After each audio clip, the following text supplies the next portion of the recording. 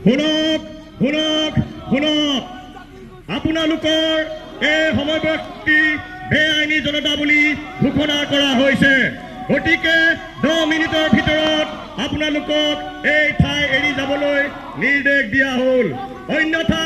আৰক্ষীয়ে আইন অনুসৰি ব্যৱস্থা ল'বলৈ বাধ্য হ'ব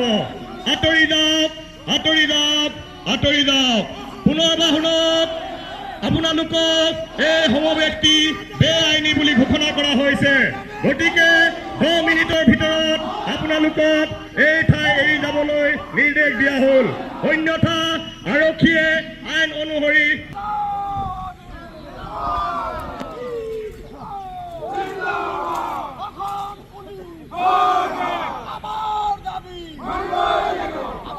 प्रतिवादी दल है इस पार्टी